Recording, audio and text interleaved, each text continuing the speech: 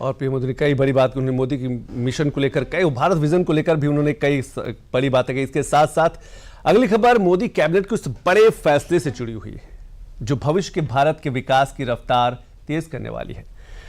दरअसल आज पीएम मोदी की अध्यक्षता में केंद्रीय कैबिनेट की बैठक हुई और इस बैठक में सेमीकंडक्टर प्रोजेक्ट्स को लेकर बड़ा फैसला किया गया है। वहीं यूपी के लिए भी इस बैठक में एक बहुत बड़ा निर्णय लिया गया जिसका असर आने वाले दिनों में देखने को मिलेगा। उस पर एक रिपोर्ट देख लेते हैं।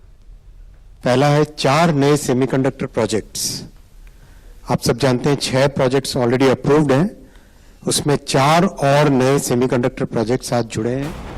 केंद्रीय मंत्री अश्विनी वैष्णव का ये सिर्फ एक बयान नहीं है बल्कि विकसित भारत की पहचान है। ये ऐलान सेमीकंडक्टर की नई यूनिट्स का है। कहने को तो ये छोटी सी चीज है, लेकिन दुनिया भर के बड़े बड़े इलेक्ट्रॉनिक डिवाइस इसके बिना किसी काम के नहीं होते। सेमीकंडक्टर का कंट्रोल जिस देश के पास हो वो देश पूरी दुनिया के विकास की गति को कंट्रोल करता है और अब इसी विकास की गति को बढ़ाने के लिए मोदी सरकार तैयार है। मंगलवार को मोदी कैबिनेट की बैठक हुई और इस बैठक में सरकार ने कई बड़े फैसले लिए। कुल 18,541 करोड़ रुपए की परियोजनाओं को मंजूरी दी गई। 4 नए सेमीकंडक्टर प्रोजेक्ट्स को मंजूरी दी गई। केंद्रीय कैबिनेट ने 11.165 किलोमीटर लंबाई वाली लखनऊ मेट्रो रेल परियोजना के फेज 1B को मंजूरी दी है। अरुणाचल प्रदेश के शियोमी जिले में 8,146 करोड़ रुपए के निवेश के साथ 700 मेगावाट की टाटो 2 हाइड्रो इलेक्ट्रिक प्रोजेक्ट को मंजूरी दी गई। मोदी सरकार जानती भी है, समझती भी है, पहचानती भी है उन मौकों को जिसमें भारत विश्व में सबसे अव्वल बन सकता है। सेमीकंडक्टर का हब बनने का लक्ष्य भी इसीलिए ही रखा गया है ताकि देश में ना तो रोजगार की कमी हो, ना व्यापार की और ना ही सपनों के साकार होने की। इसीलिए मंगलवार को जब पीएम मोदी की अध्यक्षता में प्रधानमंत्री आवास में कैबिनेट बैठक हुई तो देश के लिए और नए सेमीकंडक्टर यूनिट्स को मंजूरी दी गई। 6 सेमीकंडक्टर प्रोजेक्ट्स को पहले ही मंजूरी दी जा चुकी है। मंगलवार को 4 नए प्रोजेक्ट्स को मंजूरी मिली है। इसके तहत ओडिशा, आंध्र प्रदेश और पंजाब में प्लांट्स लगाए जाएंगे। इसके लिए 4,594 करोड़ रुपए का निवेश किया जाएगा। सेमीकंडक्टर मोदी सरकार के सबसे बड़े मिशन में से एक है। इसीलिए इस साल जनवरी में सेमीकॉन इंडिया का आयोजन भी किया गया था और अब सितंबर में फिर से इसका आयोजन होगा। आप सब जानते हैं कि सेमीकंडक्टर एक फाउंडेशनल इंडस्ट्री है, एक स्ट्रैटेजिक इंडस्ट्री है, एक ऐसी इंडस्ट्री है जिसके बिना कोई देश अपने मैन्युफैक्चरिंग सेक्टर को या अपने आप को एक विकसित देश की गिनती में नहीं कर सकता। ऐसी बड़ी इंडस्ट्री है ये। आज 4 सेमीकंडक्टर प्रोजेक्ट्स अप्रूव हुए हैं, 2 उड़ीसा में, 1 पंजाब में और 1 आंध्रा में।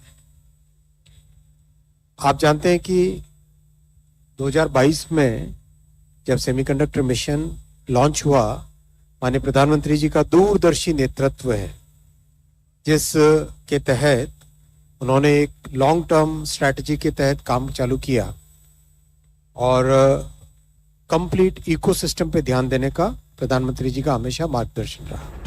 केंद्र सरकार के मुताबिक भारत जल्द ही ग्लोबल सेमीकंडक्टर मार्केट में एक अहम भूमिका निभा सकता है।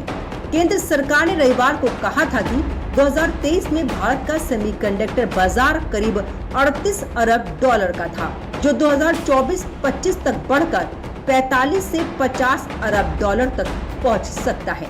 जो इलेक्ट्रॉनिक्स मैन्युफैक्चरिंग अपनी बहुत अच्छी आगे बढ़ी है, उससे भी सेमीकंडक्टर की डिमांड लगातार बढ़ती जा रही है। तो अब complete ecosystem, design, wafer fabrication, packaging, manufacturing of components, assembly, testing, final production, हर चीज पे इलेक्ट्रॉनिक्स के हर सेक्टर पे, हर डायमेंशन पे काम चल रहा है। इन 6 प्रोजेक्ट्स जो अब तक के अप्रूव्ड थे उसमें 24 billion chips per year manufacturing की कैपेसिटी है। आज जो 2 प्रोजेक्ट्स अप्रूव हुए हैं बहुत ही एडवांस टेक्नोलॉजी के हैं। इन 4 में से टोटल 4 अप्रूव हुए, उनमें से 2 बहुत ही एडवांस्ड टेक्नोलॉजी के हैं। ग्लोबल पार्टनरशिप पॉलिसी सपोर्ट और घरेलू मैन्युफैक्चरिंग में बढ़ोतरी के साथ भारत इस क्षेत्र में तेजी से आगे बढ़ रहा है। भारत का चिप इकोसिस्टम तेजी से विकसित हो रहा है। सरकार के अनुसार देश के कई भागों में बड़े निवेश की घोषणा की गई है, जो केंद्रीय कैबिनेट की बैठकों में दिखता भी है। उड़ीसा में सिलिकॉन कार्बाइड का प्लांट, जो लोग टेक्नोलॉजी से जुड़े हैं वो जानते हैं इस विषय को। सिलिकॉन से सिलिकॉन कार्बाइड की तरफ पूरी दुनिया भर में एक नया मूवमेंट चल रहा है। सिलिकॉन कार्बाइड बहुत ही रोबस्ट मटेरियल है, बहुत हाई वोल्टेज पे, हाई टेम्परेचर पे, हर तरह की परिस्थितियों में वो सस्टेन करता है। तो हमारे मिसाइल्स हो, स्पेस के इक्विपमेंट हो, सैटेलाइट हो, रॉकेट्स हो, इंजन हो, रेलवे का, टेलीकॉम के टावर पे लगने वाले इक्विपमेंट हो, उन सब में सिलिकॉन कार्बाइड का मटेरियल लगने लगा है दुनिया में। सिलिकॉन कार्बाइड एक स्ट्रैटेजिक जरूरत है देश की। ये प्लांट सिलिकॉन कार्बाइड मैन्युफैक्चर करेगा, सिलिकॉन कार्बाइड सेमीकंडक्टर्स मैन्युफैक्चर करेगा। इस केंद्रीय कैबिनेट बैठक में सेमीकंडक्टर के अलावा लखनऊ मेट्रो के फेज 1B को भी मंजूरी दी गई है।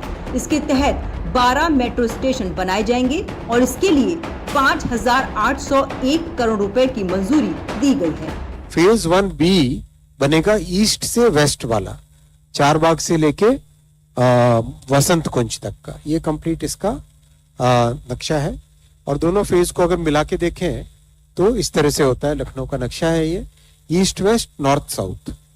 तो इससे इन दोनों फेजेस के होने से ईस्ट वेस्ट नॉर्थ साउथ की कनेक्टिविटी होने से देश में लखनऊ में सभी नागरिकों को, सभी रेजिडेंट्स को एक बहुत अच्छी फैसिलिटी मिलेगी। लखनऊ का ग्रोथ इससे होगा।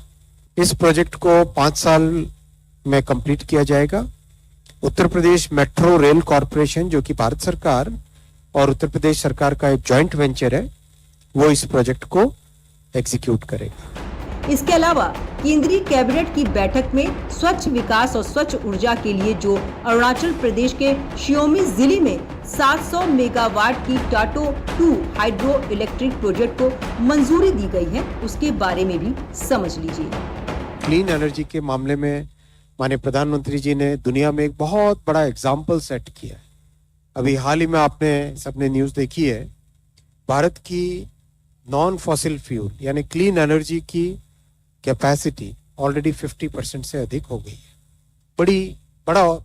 ये बहुत ही गौरव की बात है, क्योंकि दुनिया के कई समृद्ध देश भी ऐसा क्लेम नहीं कर सकते जो भारत ने अचीव किया है, और जो 2030 के टारगेट थे वो पहले ही अचीव कर लिए। ये अरुणाचल प्रदेश का रिवर बेसिन है।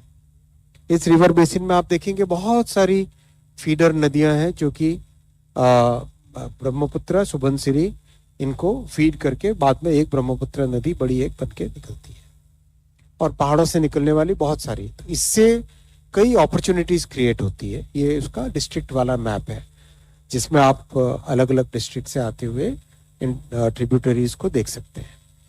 इन ट्रिब्यूटरीज में बहुत बड़ा बेनिफिट ये है कि हिली एरिया होने के कारण, पहाड़ी एरिया होने के कारण run of the river power projects बनाए जा सकते हैं।